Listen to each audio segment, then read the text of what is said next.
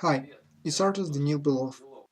This video begins a series of lessons about shading. If you watch the whole series, you will understand how to draw shading by your imagination, according to your creative ideas. I think it's completely amazing that our vision discerns the form of objects using information about shading. Generally speaking, the disposition of light and shadow on an object depends on the particular form of an object. For example, if I take this lamp and start to move it, to tilt it from side to side, the forms of these objects will not change. Only the disposition of shading will change. That's all. And if we draw the light and shadow correctly in our drawing will look three-dimensional. It will have the effect of depths. If we draw light and shadow wrong, our drawing will look strange. Here, for example, you see a cylinder. If we draw the shadow on the cylinder like this, it will look strange. The feeling will be like it's not a shadow on the cylinder, but a drawing on it. Something like a can of cola or something like that. If we will do something like this, it will also be strange. So, here is the cylinder. The part which is farthest from the light of the lamp, here, where it is, this part. This is the lightest part of the cylinder, or the light area on the cylinder. This part, where the least amount of light reaches, is the shadow on the cylinder. The area which is between the light and the shadow is called middle tone area. The area where the shadow is the darkest is called the core shadow of the cylinder. Here, look, I have a ball in my hands, and if I throw it, it bounces back. So does a light beam. When it hits a surface, it bounces off it. But unlike a ball, light flies in straight lines. If the light hits the surface, it will bounce and fly in a straight line until it hits another surface. The light of the lamp falls here and falls and falls and bounces. Bounces here in the area of the shadow. That means that the light reflects from this surface onto this surface. That's how the reflected light area appears. A light area in the shadow of the cylinder.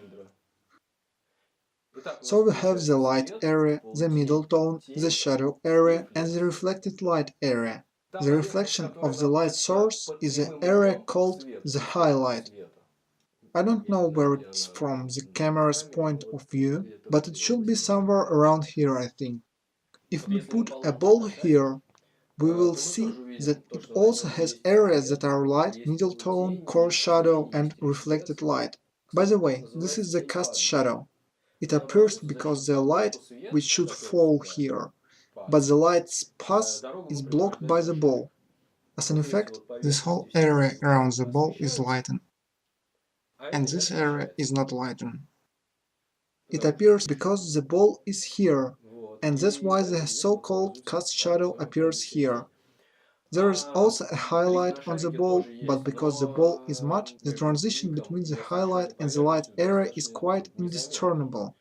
You can see the same effect on the peel of an orange. The peel is also matte, and the highlights there are blurs. It doesn't have sharp edges, and if you look at the highlight of a glassy surface, you will see reflected the shape of, for example, a lamp, or the shape of a window if the light is coming from the window. Also, by the way, you can pay attention to, here it's quite discernible, I hope it's discernible in this video too, that near the object the cast shadow has a quite sharp edge.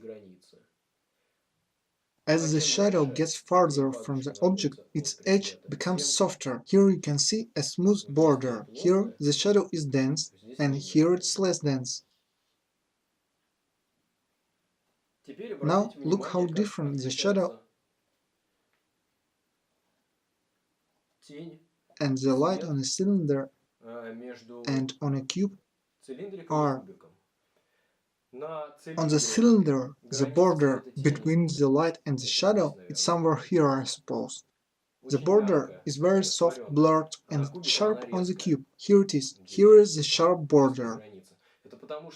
This is because on the cylinder the surface gradually turns from the light, and on the cube it's abrupt. First surface, second surface, third surface, there is an abrupt change in the surface's direction. On the cylinder, the border between the light and the shadow, the border is very soft and it's sharp on the cube. That means that you need to show it in a drawing somehow. Here the border is abrupt and here it's gradual, smooth. It's obvious. This is a cube and this is a cylinder. As a matter of fact, any form or any object we are looking at, if it's lighted, it has these characteristics: highlight, light, middle tone, coarse shadow, reflected light. That is, if we will take a real object like this vase, we will also see the same areas.